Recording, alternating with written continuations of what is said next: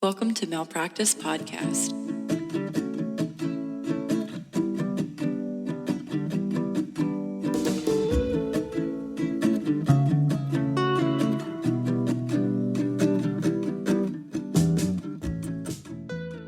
Oh, hello. Are you ready to get started? I'm ready. What's up, girl? Let me just say something. Say it. Today was my first day back from my vacation. Just like back to regular life. And let me just tell you, I almost moved to go live in the jungle. I'm pretty sure I would survive there for 30 minutes, but mwah, chef's kiss. It's beautiful. Yeah, Sydney was on vacation. She was literally in the trees. Couldn't be me. I literally went on vacation. I lived for a week like a sloth. We saw sloths, but also I lived the life of the sloth. You saw sloths? Yeah, we went on like a sloth tour. Stop. I swear to God, I'll send you pictures. Did they move really slow? Sloth tour. Yes, super slow. And it was like, their whole vibe in general was like the guy would spot them and we'd be like, wait, where? And then he would be like, over there. And we'd be like, no, I see nothing. And then he would tell us where to look and we're like, oh, shit, that's a sloth. Okay. Does that mean that more times in our lives we're seeing sloths without knowing we see sloths? Probably. Why not? Who am I to say? I'm not a slothologist, but this man fucking was. He knew exactly where to find the sloths. He knew all of their names.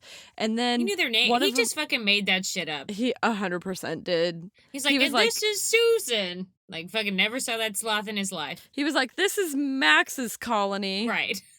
Okay. Yeah. Yeah, we wouldn't know. I don't fucking know him. Could be Max. I don't know that sloth from any other sloth. I barely know any sloth. Correct. So we go to the next place and he's like, this is Gerald's colony. And I was like, it better not be fucking Max because you just said Max back there. Taking notes, bitch. Don't tell me, sir. It was a very good time. It was a very good tour. So anyway, the sloth would move and he'd be like, look, quick. The sloth is moving. And the sloth is like doing that,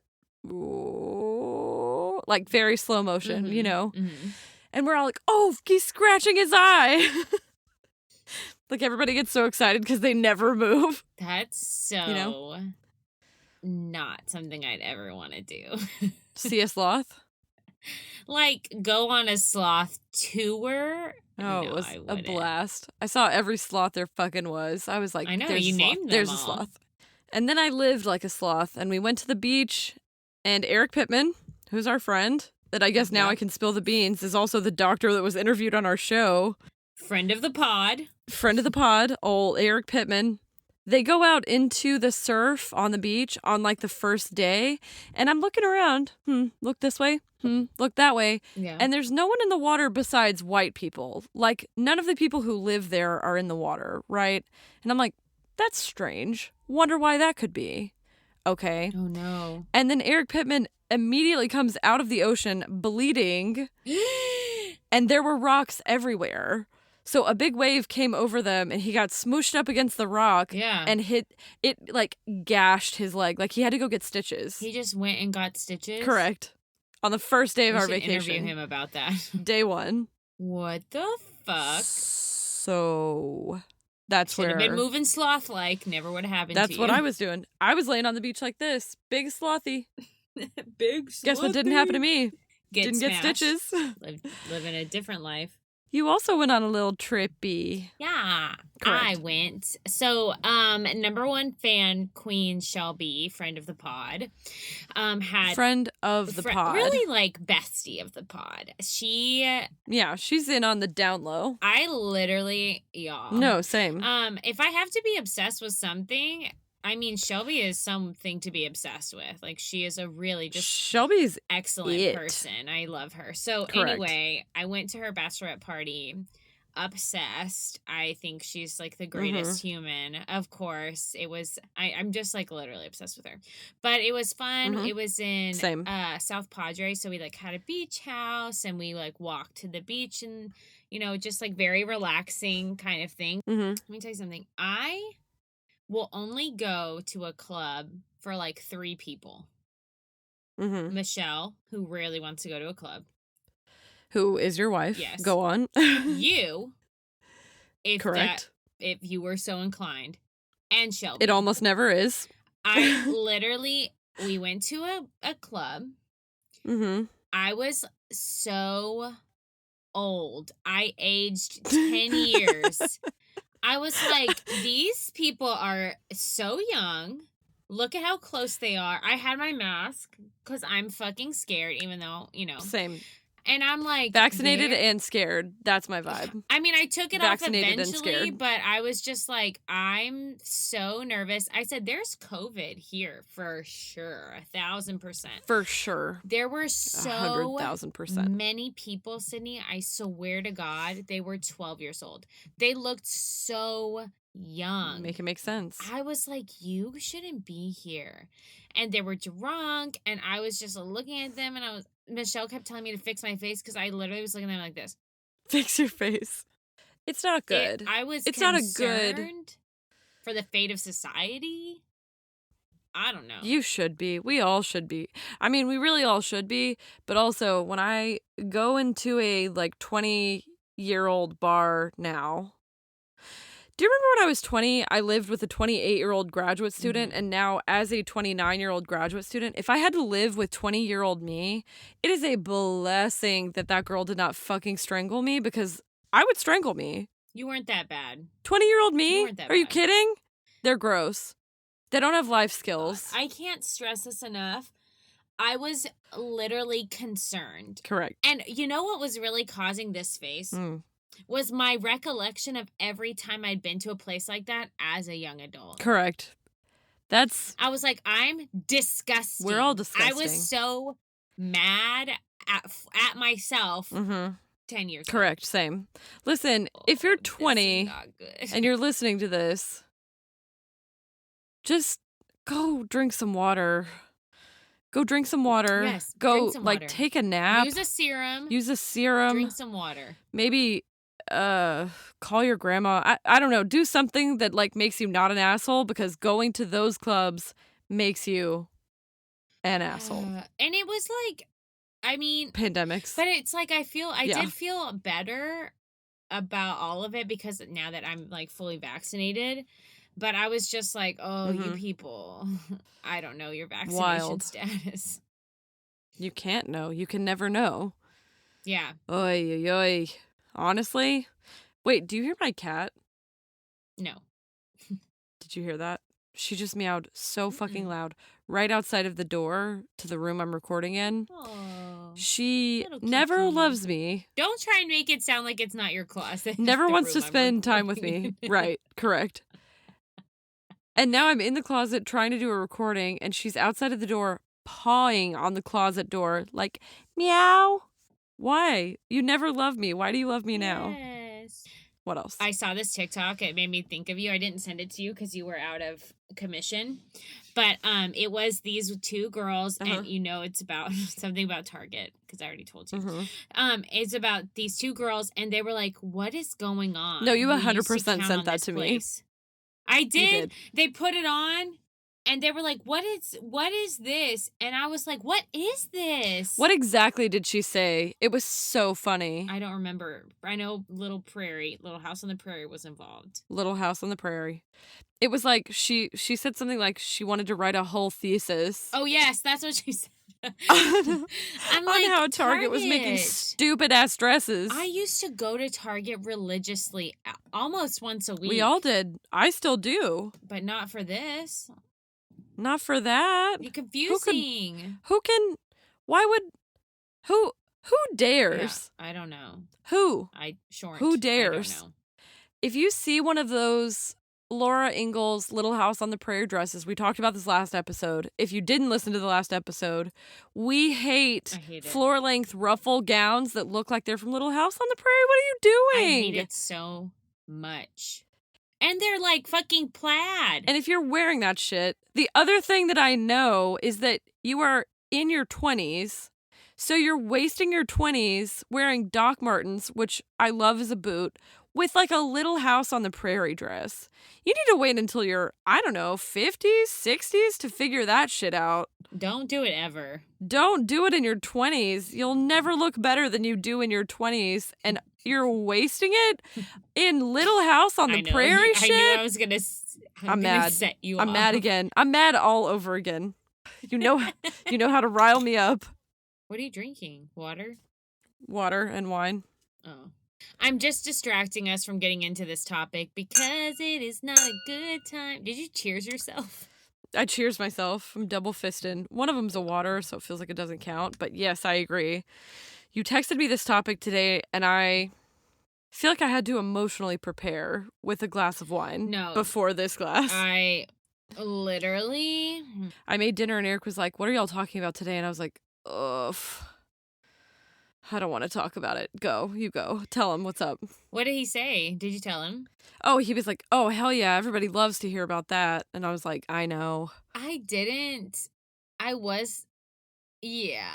So just so everyone knows, we're talking about Nazi medical experiments today. Mm-hmm. This is not all inclusive. There's several, and we'll get into all that. There's people that I won't mention who were at fault, who are criminals, who are evil, who got away with a lot of this stuff. And I've been wanting, it's been on my list. Like we've talked about. It's been on mine too. Yeah, we've talked about like loosely these practices before, but more about the impact of Nazi medical experiments. And I have had this on my list from the start of when we first started about doing a podcast to cover the history of how medicine, doctors, and the extreme beliefs intersected during World War II.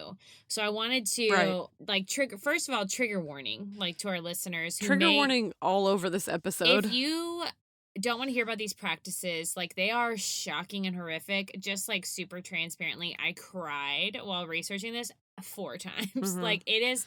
Yeah. It is just awful.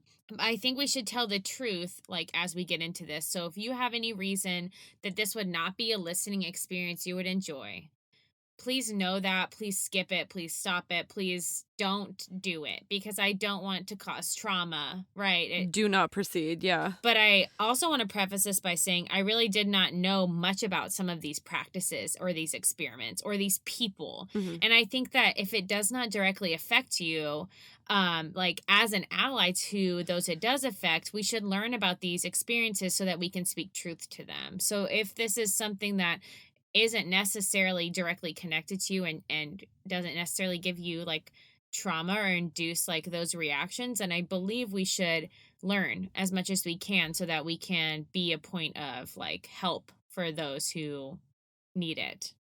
Yeah, 100%. Agreed. So with a heavy sigh. So to start us off, also, I like that the attitude was a complete 180 shift. It was haha, bachelorette parties, haha, Target dresses. And then it was okay, down to the brass tacks, Nazi concentration camps. I was oh. Woof. I was ooh. I told Michelle, you probably are not going to want to listen to this because she's very empathetic. So I think it's just really hard. But I completely agree with you. Yeah, that is hard. But I completely agree with you that the only way to be a good ally and to memorialize the past in a way that is meaningful is to really learn everything you can about it. Yeah. So that's what we're here for. Yep. So to start us off, when I was doing some research, I found this article that says that there were human remains found in 2015 in Germany that were dated back to Nazi concentration camps. They were connected back to the camps. And what I found in my research is that unfortunately hold on. The reason I'm saying that is because this shit is still being uncovered. That's why I wanted to say that. I was why the fuck did I just randomly be there were stuff found here? I was what? A little confused. You were all right, fucking whiplash. So this is always, history uncovers itself all the time, right? So you continue to have new articles about diaries that were found or journals that were found or remains were found that they've tested and connected back to this experience. So yeah, they were found as soon as 2015. That's not that long ago. No. That hadn't been uncovered yet. Yeah. Right. So what I found in my research is that, unfortunately, during propaganda movement of the rise of Nazi ideas, there were doctors running to the opportunity to deal with life that was unworthy of life, specifically people who were differently abled or categorized. Categorized. What is categorized when you turn into a cat? Categorized different by the societal norms that the Nazi leadership put in place, right? Mm-hmm. So there was this drive to purify the human race, and doctors and medical professionals were unfortunately in this space and in this time very interested in being a part of it. Yeah. Was it led by the Nazi leadership? Sure. The notion to cleanse society was definitely branded by them, but that's not necessarily where all the interest actually started. Okay. I know. For example, blowing my German mind. medicine. I know. So German medicine, the history, like dating before the Nazi Party, is said to be a leader in forced sterilization and in mercy killings. In fact, historians say that the medical environment was ripe for Nazi leadership and may have, like now even, amnesia when it comes to recalling the monsters individually. They just choose like to pinpoint specific doctors instead of looking at the profession as a whole that was culturally problematic, right? That became a breeding ground for this type of evil. So like I want to illustrate this with some numbers. Perfect. There were thousands of medical personnel that were involved in these Nazi era medical experiments on prisoners. However, only 23 men stood trial for these acts. More facts. Only 7 of them were sentenced to death. And like, I will caveat, I do not believe that we should do the death penalty. But fucking World War II, concentration camps, that might be the only time that I'm like, bitch should die. If you're responsible for a genocide, bitch should die. I don't know.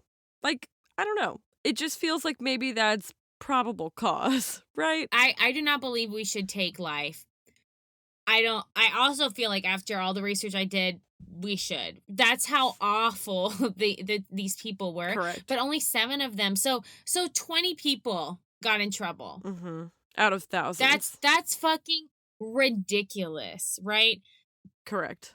So my question to you is, knowing what we know about Nazi scientists being rehomed by the governments of other countries to benefit the government itself and the science community, do you think that happened here too for doctors? Oh, 100%. Yes, correct. Because I know that some of them had their hands in MK Ultra A, and I know about Werner von Braun.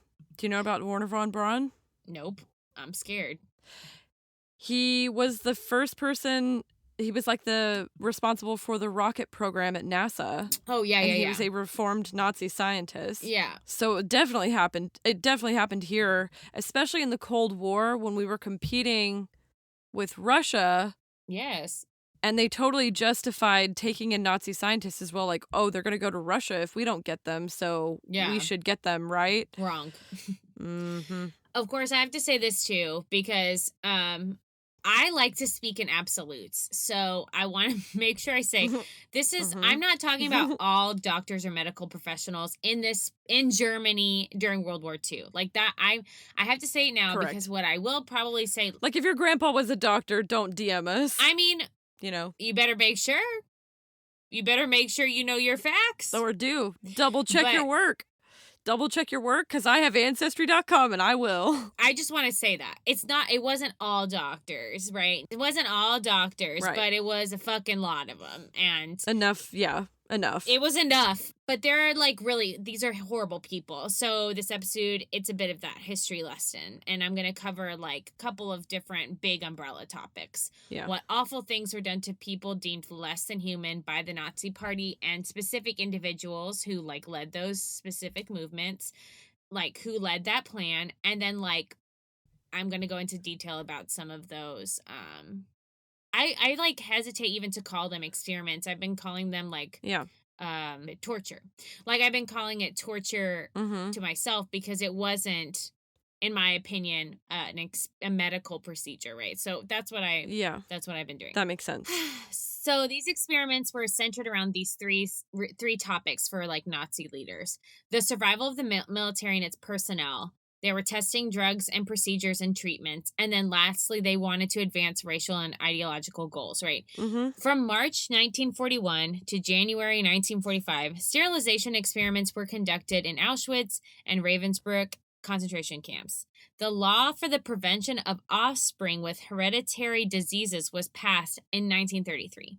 And that served as the basis for these experiments because that was like the foundational piece of like, we don't need to keep like racial purity. Right, correct. Or like if anything could be deemed to be quote unquote wrong, they were like, get rid of, we have to sterilize.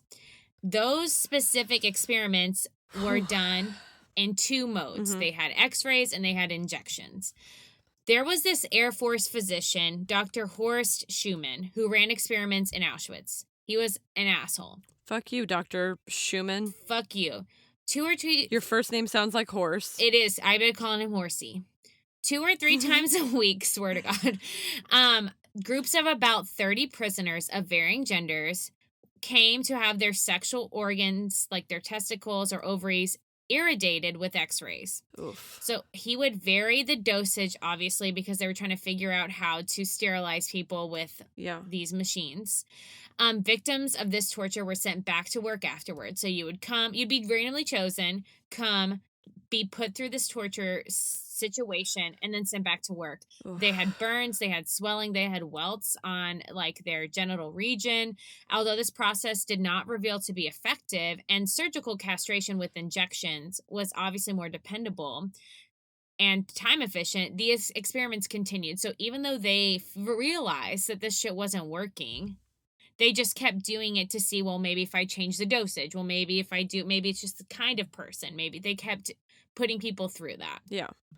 I mean, the most fucked up thing there is everything about it, I guess. Yeah. But the fact that you're a doctor and you literally take a Hippocratic oath to not do harm, and then you know that these people are suffering unnecessarily, it's like there's no way to rationalize that in my mind. Like there's no, we're doing it for the cause. Like at that point, you're just torturing people because you're a psychopath. Yeah, exactly. And I was trying to think about this. That's all there is. I was like, why?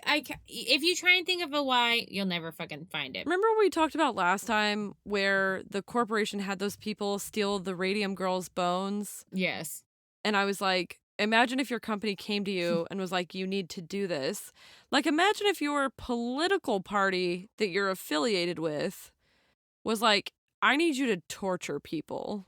So there was one guy, I didn't put him in this story, but he was like a Nazi doctor, and his wife was like infertile, and they lied to get married. They like to get married during this time. I don't know why I fucking went down this rabbit hole, but you had to like petition the government for a marriage license because all it was about was like reproducing specific types of people. That's gross. So you had to go through like medical examinations to make sure that you were fertile and could like produce children, and and there's all these other requirements. And they found out that they lied and they put them to death.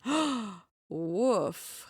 So anybody can get the business. So this party don't give a fuck about you? Yeah, they're not your friend. Anybody can get the business is the tagline of the Nazi party. Apparently. They're bitches. Literally, yes. So let's talk about this motherfucker now. Okay. Dr. Joseph Mengele, the Angel of Death. He's probably the most infamous evil person with his experiments. Like, he became the chief physician of Birkenau. Ooh. Do my best.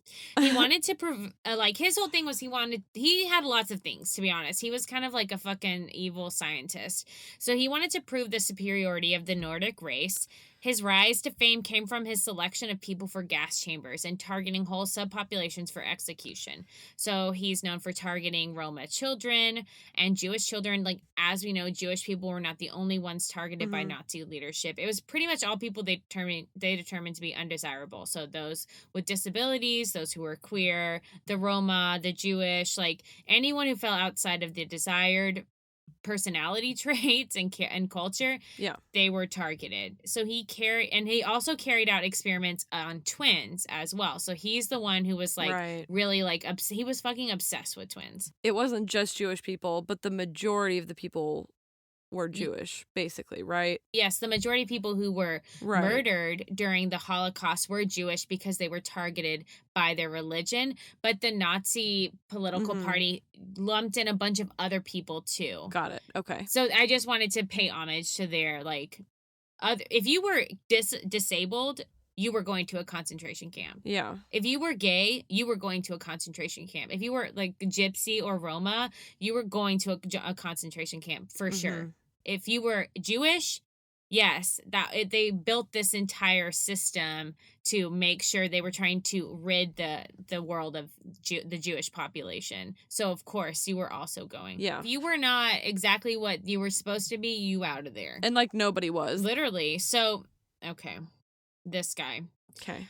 Joseph. His focus was on creating multiple births and to figuring out how to determine which characteristics were genetic and which were environmental. Like there was before this guy, he first of all, he like was not the first person to do trials on twins. Right.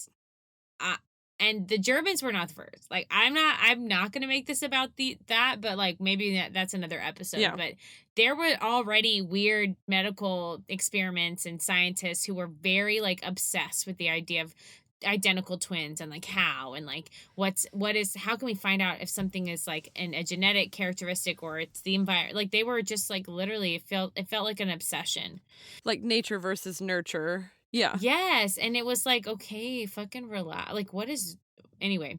So twins were separated from others during the massive groupings that took place on the platforms, like when the trains would come in. So Joseph would be at the platform at every single train arrival into Auschwitz. He was there.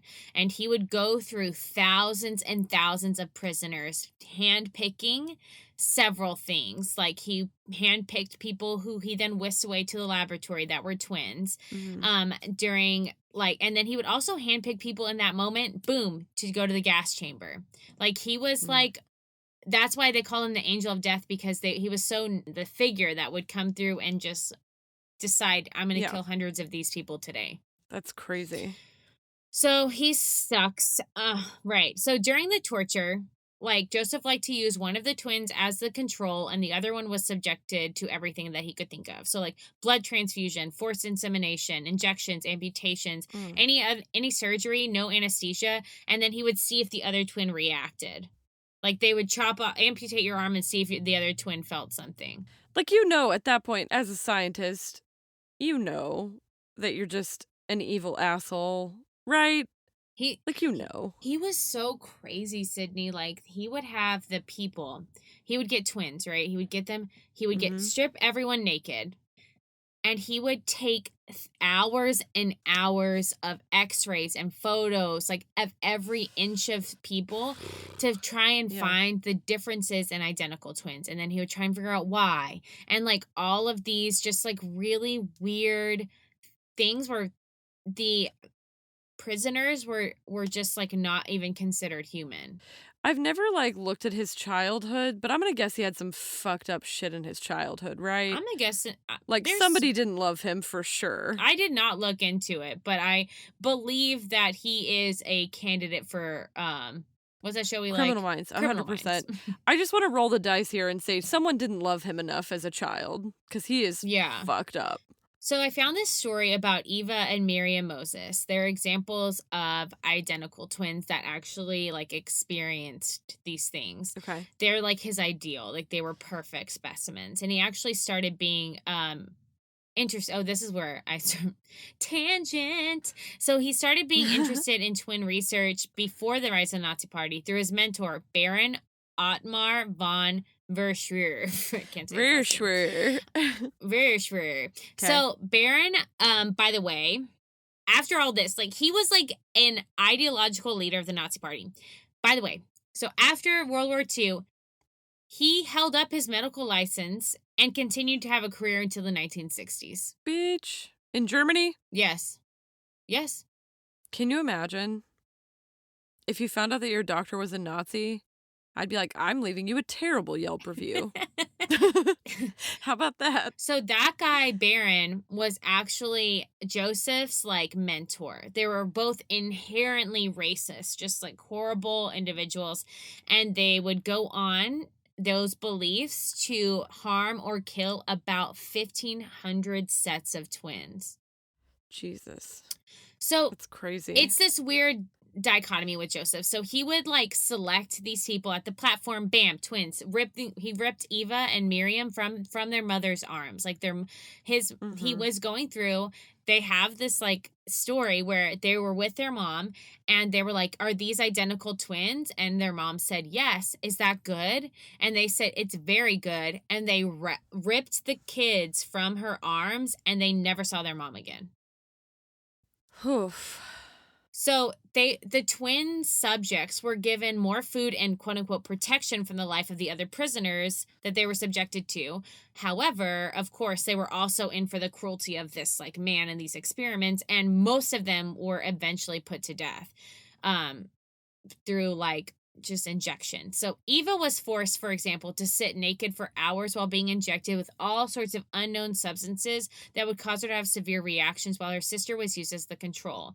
Eva later said like she knew that they were treated differently than the others held at camp, but she didn't know that they were being used for research subjects. So they were not even told what they were being injected. They were never told what they were injected with because no one gave a fuck about them. But they didn't even know that they were being researched on. Like nobody was telling them what was going on. So she survived, though? So she survived enough to have an interview. Wow. So, yeah. That's crazy. But I don't know fucking how. No. I don't know how. I don't understand. These, like, the people who went through this are authentically incredible. Because yes. I'd be like, I can't do it. Do you know what I mean? Yeah. I don't feel like I have it in me to fight like that. Like, I think there's, like, I don't know, right? But I believe that they had just like a resilience of knowing that they weren't, that wasn't their fault. And I think, I mean, I can't speak to this, but I fucking will go on and on about how nobody fucking intervened and they just let, like, other country, the world let Germany, the Nazi party, do to these people. Yeah. So we are all, you can't blame this on the Nazi party because everyone in every other country in the world is a descendant of somebody who let this happen. Right. Like, when I taught my poor students, when I taught World War II, I was like, let me tell you some shit about how the world let the Nazi party do this.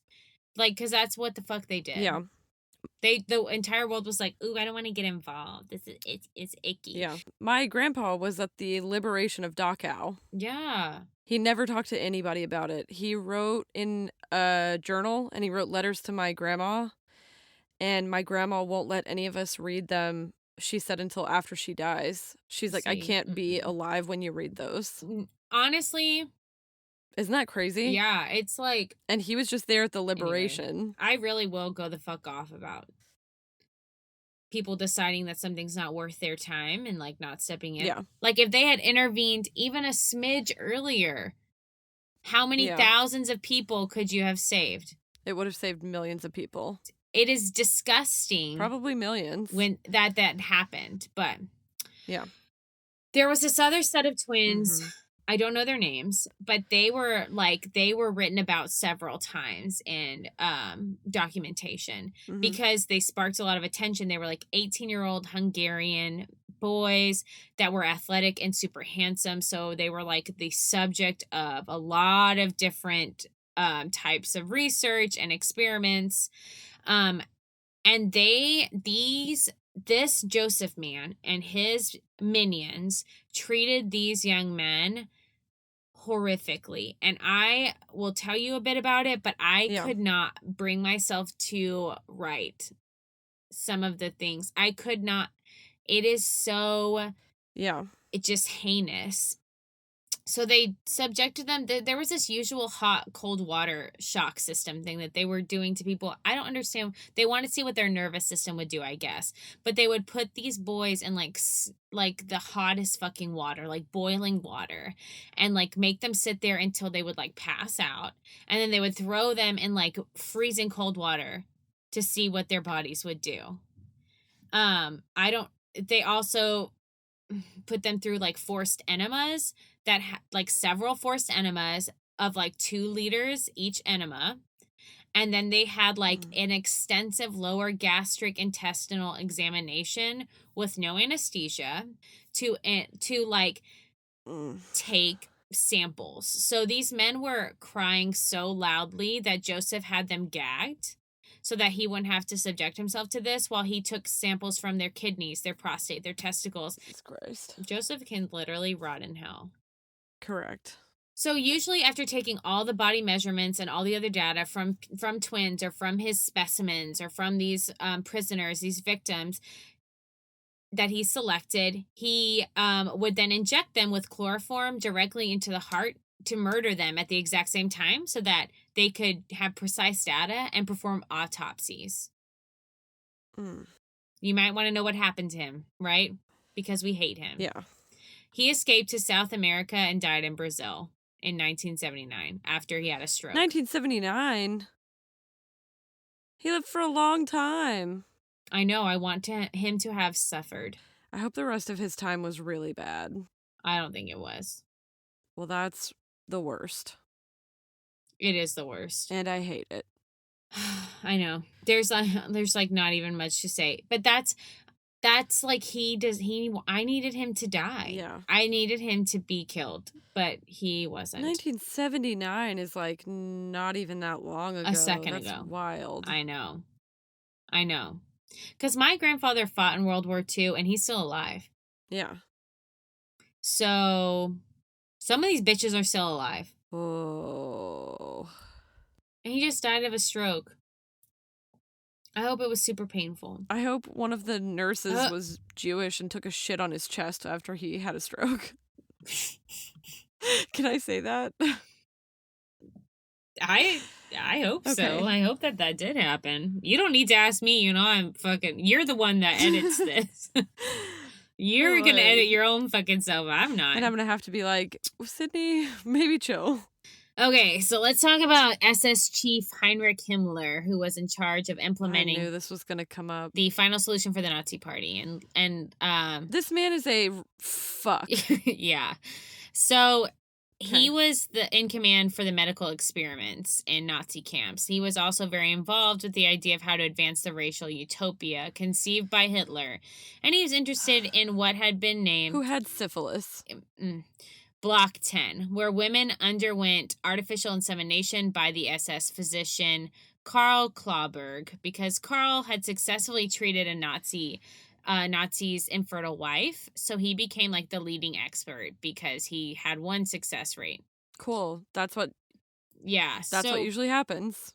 They usually just give you your doctorate after you do one thing. So Karl also practiced forced sterilization on the women that he came in contact with. I fucking hate Karl. Karl, let me mention his bullshit specifically. Perfect. He is one of the absolute worst people in the fucking world. Cool. He was given a pick of a block of about between 150 and 400 women. And when I say he was given a pick, they literally said, do whatever you want to these people. What are your experiments that you want to figure out? That's how that works. So he was doing the sterilization, and he was also doing artificial insemination. And it is said that he would just randomly choose like whether you were sterilized or whether you were inseminated. Is no an option? I'm going to guess no. No.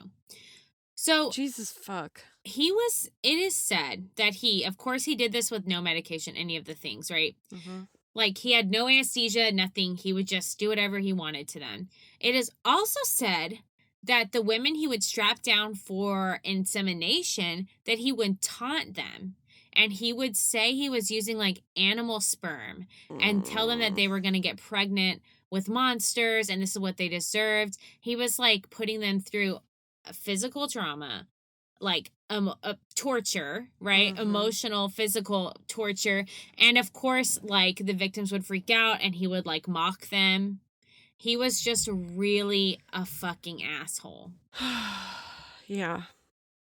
Jesus Christ. I want to punch him in the face. I support that more than I've ever supported anything else, and I support you 100% always. I hate him so much.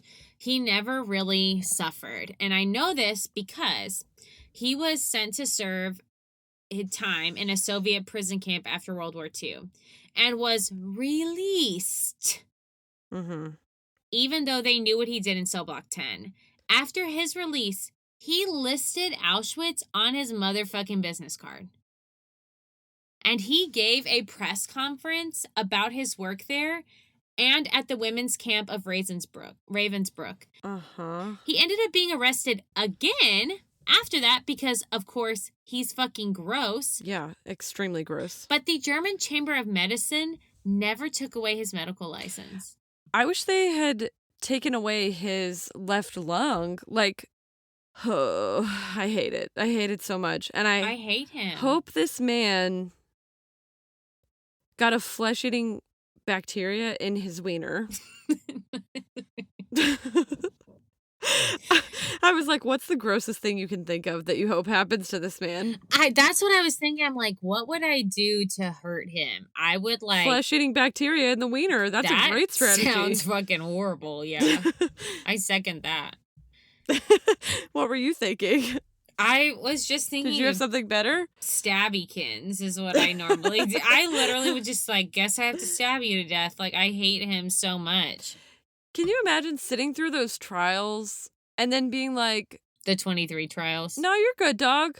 Make it make sense. They would be like, is there any reason why you shouldn't be on this jury? And I'd be like, yes, because I want to stab all of these people. And if you give me an opportunity, I absolutely will. I will stab them. It's big stabbykins. So there's this other doctor, Dr. Hans. I was trying to put it off. I know, fuck, sorry. There's this other doctor, Dr. Hans Eppinger, who led a group at Dachau. So this specific group of people were really interested in seeing if they could make seawater drinkable. Of course they were, because why wouldn't you be? Right. Remember I said that they like categorize these experiments into things that would help the army or things that would help blah, blah, blah, all these other like things for racial superiority. This is one of those that people like pilots were like having to eject themselves from planes and landing in water, and they were trying to see if they could find a way to make seawater drinkable. Okay. It wasn't just like fucking, I mean, it's trash, but they were like trying to solve these problems for their military with the prisoners that they kidnapped essentially. So that makes more sense. When you said make seawater drinkable, I'm like, get a hobby. I know. It's just, it fucking doesn't make sense at all. So these doctors forced about 90 Roma people, they specifically targeted the Roma community for this experiment, to drink only seawater and they added additional chemicals in it while depriving them of any food. These victims were so pained near the end that they would literally lick the floors after they'd been cleaned to try and get any nourishment at all. And they never figured out how to drink seawater because you fucking didn't. But they would like basically they starved them to death. I don't understand. I know. No, that shit makes no fucking sense to me. I mean, none of this shit makes sense to me, but that one I was like, I don't get it. That's a hard no. But they would like pump their bodies full of this, of like seawater. Another example of the fuckery, Jewish children had tuberculosis injected into their lungs in Hamburg. It was led by Kurt Hissmeyer. Fucking hate him too. There was this idea to figure out if people had a natural immunity to TB and to try and develop a vaccine. And this asshole just injected live TB bacteria into the lungs of victims. There was about 200 adults in this experiment and about 20 children. And the children ended up being hanged to hide what he had done. Like, he's really trash. So after the war, he narrowly escaped into East Germany and set up a medical motherfucking practice as a lung and TB specialist. He was found, they found his ass in 1959. Good. And he was convicted in 1966. I don't know how long it takes to go through trial there. Apparently, they can't just put the stamp of fuck you on it, but okay. Correct. And he was sentenced to life in prison, as he motherfucking should be. Correct. And he is quoted at his trial as saying, "I don't think that inmates of a camp had a full value as human beings." When he asked why he didn't use guinea pigs on his medical trials, he responded, "For me, there's no basic difference between human beings and guinea pigs." And then he went back and corrected himself and said Jews and guinea pigs. So I actually don't think that he cares about anybody. Yes, I agree. Also, what a fucking weird flex. Like, in your trial, you're supposed to be pretending to be a real person. And he's like, I actually don't see a difference between people and guinea pigs. Because I'm a Oh, I'm going to have to bleep that. You gonna bleep your own self? I'm going to bleep my own self. However, if there's anybody who deserves to have it said about them. No, that guy is a big.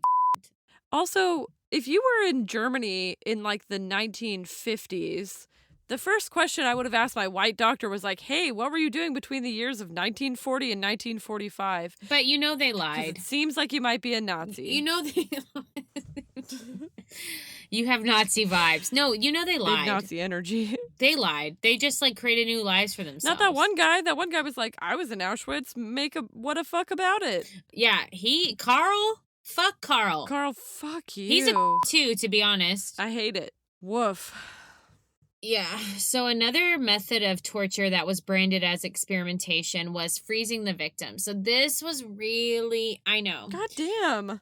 This was done to figure out how to treat who help German pilots who were chilled from when ejecting into the ocean. So again, they're using the prisoners that they kidnapped. Like medical military experiments. Yes. So the experiments were conducted under supervision of Dr. Sigmund Ratchet. That's not his real name, but Rasharat? Birkenau. Whatever. Maybe. Dr. Sigmund whatever his name is. Dr. Sigmund. Never met a Sigmund I liked. I will say that. Have not. And it was at Birkenau. Say that word again. Dachau. And Auschwitz that he oversaw these experiments. So these were taking places at multiple camps. Mm-hmm. So he reported directly to Himmler. Mm-hmm. So he was very, very important to the Nazi Party. He publicized the results of his freezing experiments at the 1942 medical conference entitled Medical Problems Arising from the Sea in Winter. He literally published these medical documents. So what you're saying about is what he had done. He submitted evidence of his own wrongdoing. Correct. Cool. So for what he would do, so up to 5 hours at a time. Just checking. They placed victims into either vats of ice water in aviator suits or completely naked. And the other group, they would take directly outside in the freezing cold and strap them down onto gurneys and leave them out there for 5 hours. Mm-hmm. They insulated a probe to measure body temperature. Mm-hmm. And as the victims suffered horrible, avoidable side effects, right? They lost consciousness. Yeah. They writhed in pain. They were foaming at the mouth from freezing to death. The doctors measured the changes of the heart rate, the body temp, the muscle reflexes, and other noteworthy, in quotes, items.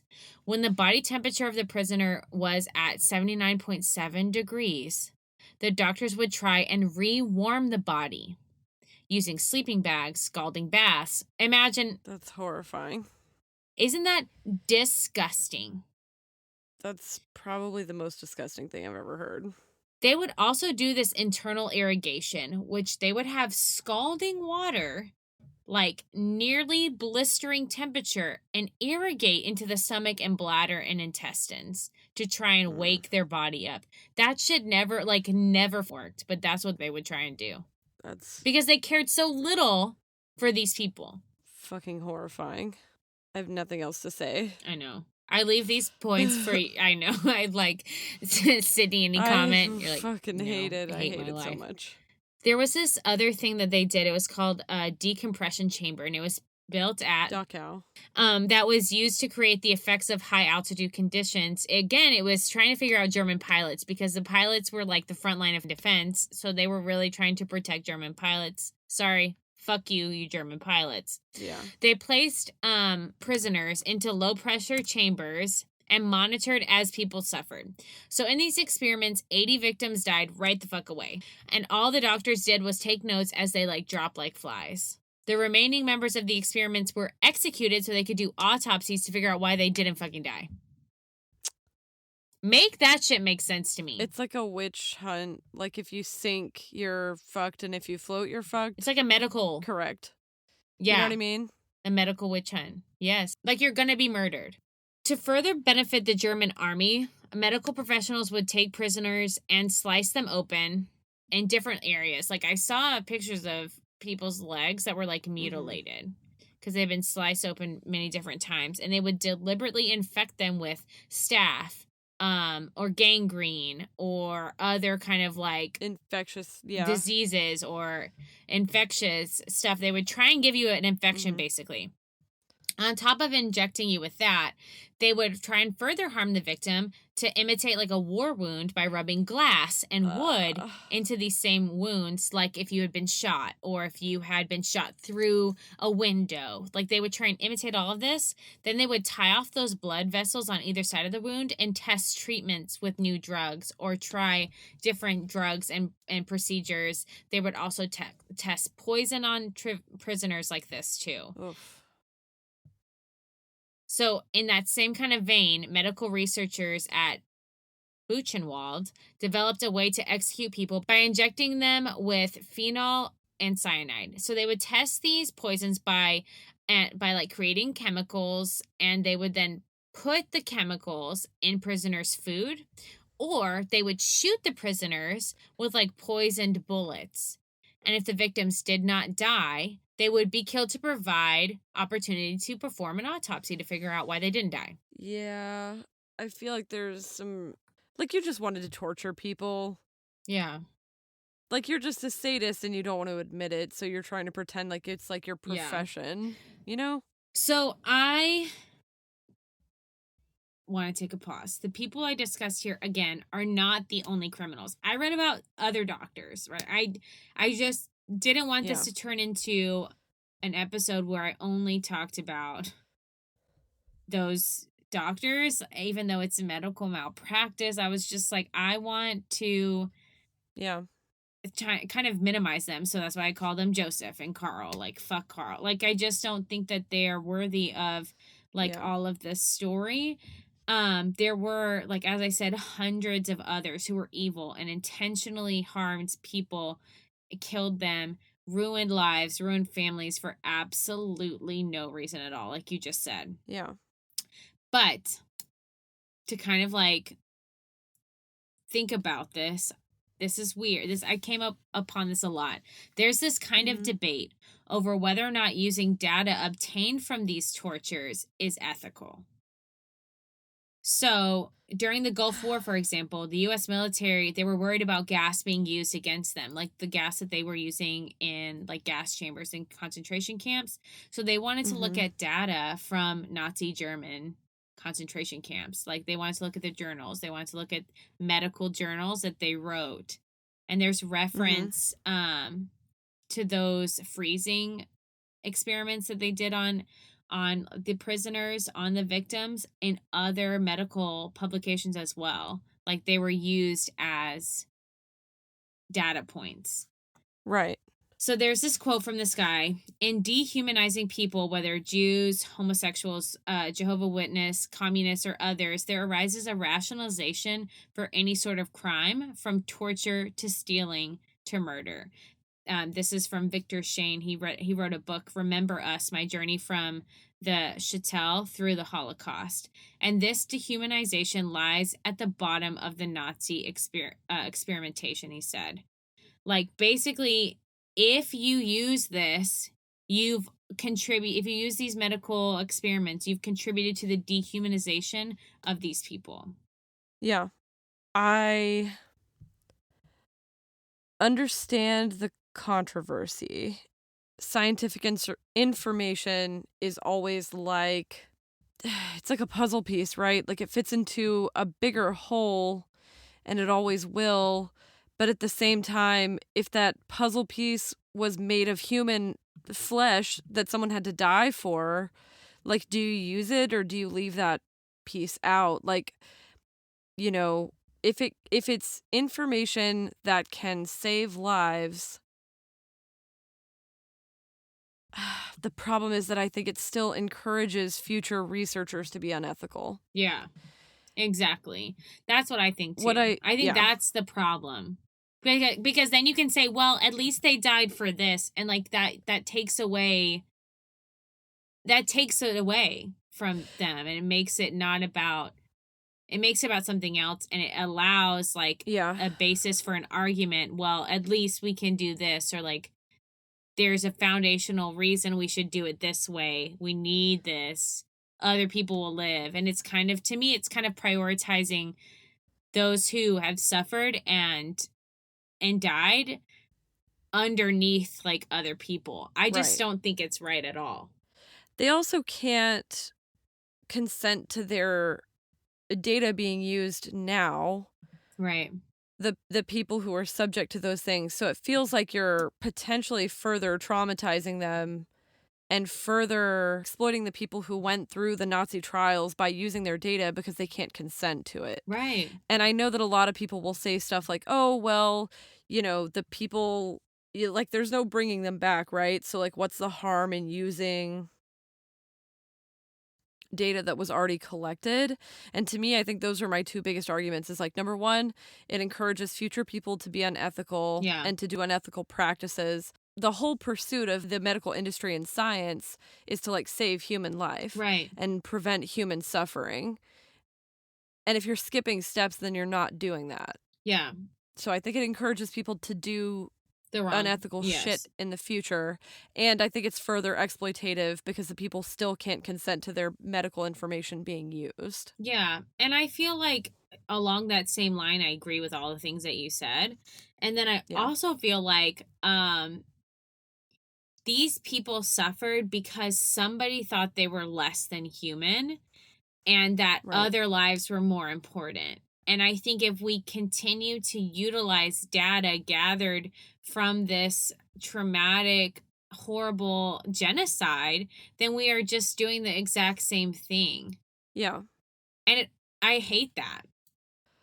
Right. I won't. There's a whole conversation about future research that is potentially problematic. Yes. And I feel like it could also be used to justify future research that is really problematic. Like, oh, well, we still use that data, we still reference that. Right. And I don't think that the culture of academia is like above that. Yeah. Do you know what I mean? Yeah, I do know. Speaking of that, people get desperate about their work. Exactly, and proving their work. Yeah. So speaking of that, actually, to wrap up this fucking horrible episode, there's one thing that came from the understanding and acknowledgement from the medical community as a result of this. Yeah. So I'm not saying that this is the silver lining. There ain't no silver lining here. It's all bad. But the medical community, it's all trash. But the medical community did look at their part in this as a whole and say, we have to create some guidelines. Good, yeah. So after World War II, we established the Nuremberg Code. And this code of medical ethics was submitted actually by Dr. Alexander to the U.S. Council for War Crimes. It started at like 6 or 7 points, and it evolved. The document became like 10 points that outlined how to have a legitimate medical research system. Because what they were doing in the trials is saying they were just doing medical research. Right. I mean, those 20 something people, 23 men, they didn't stand, that shit didn't stand up in court. So the first thing, I'm going to go through the 10. Voluntary consent is essential. You cannot perform a medical experiment without consent. Now, we know correct that bitches don't always be getting consent anyway, but that's not the point of this. So the experiment should yield results for the good of society. The experiment should be designed and based on the results of animal experimentation so that it is justified in the performance. The experiment should be conducted as to avoid all unnecessary physical and mental suffering. Experiments should not be conducted if there is reason to believe death or disablement will occur unless those supervising physicians also serve as subjects. So if it's like a risky thing, they're like, well, fucking you gotta figure it out too. You gotta get in on it too, yeah. Risk should never exceed the humanitarian importance of the problem being solved. That I really love. Proper prep should be made and facilities provided to protect against injury, disability, and death. Experiments should only be conducted by scientifically qualified people with the highest degree of skill and care. The human subject of an experiment should always be able to bring the experiment to an end at any point, no matter what. And the scientists in charge must be prepared in that same vein to terminate the experiment at any stage. Yeah, 100%. And that's where I chose to end what I learned about that. The thing to say about all of this is that these were all extremely dehumanizing, and everyone who participated in it was a total fuck. And we all need to come to terms with that and remember it. And I think that we should dedicate this episode to anyone who survived the Holocaust or is a descendant of someone who did, because it's truly a testament not only to the worst things that a human can do to another person, but also to the resilience of humanity. I love explaining history in a way that empowers the listener to fight if they see this ever, even an inkling of things happening again. And knowing the past really puts in perspective where we're going in the future. And I just, let's dedicate it. I mean, it's just, I don't understand, and I'll never understand, and nobody will, what that was or why, but we can do our best as allies, as we said at the beginning, to be listening ears and a sounding board and sharing of knowledge so that we are more educated and more available to be resources. This was a real huge bummer, but I think that it's absolutely necessary to talk about. Yeah. I think that the Nuremberg Code is something that we've been dancing around since we started the podcast with talking about consent and what exactly that means. And so I think that it's really empowering to know where that came from. So I think you told the story in a way that is victim focused, and as horrifying as it is, I think it's something that everybody should know. And I think there's this focus when we talk about, World War II and the military aspect or the political aspect, but I did not know this stuff, Sydney. I really did not know. Yeah. And this is disgusting. It's a fuckaroo. It is. And I think knowing, and this is probably where understanding institutional culture, what I was talking about at the very beginning with the medical community was already teetering around these things. They were looking for an avenue. So seeing that, addressing it, and fucking stepping in, it's a must. You did a great job, but Jesus Lord. I know. I just sat here cringing the entire time, physically cringing. You really did. You really did. Yeah. That's so important to know, though. Thank you for listening. Because this is... Yeah.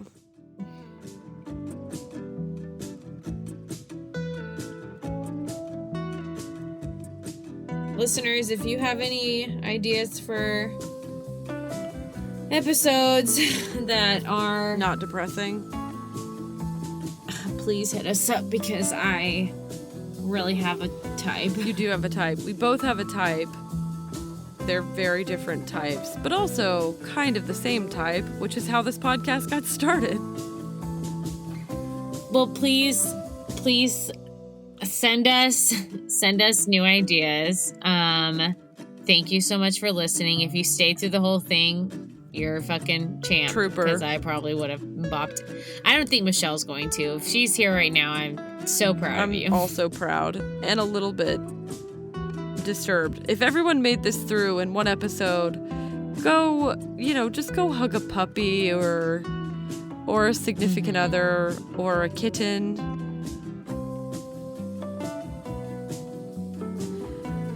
The best way to help our show grow is by leaving reviews and subscriptions on Apple Podcasts, Spotify, or wherever you like to listen.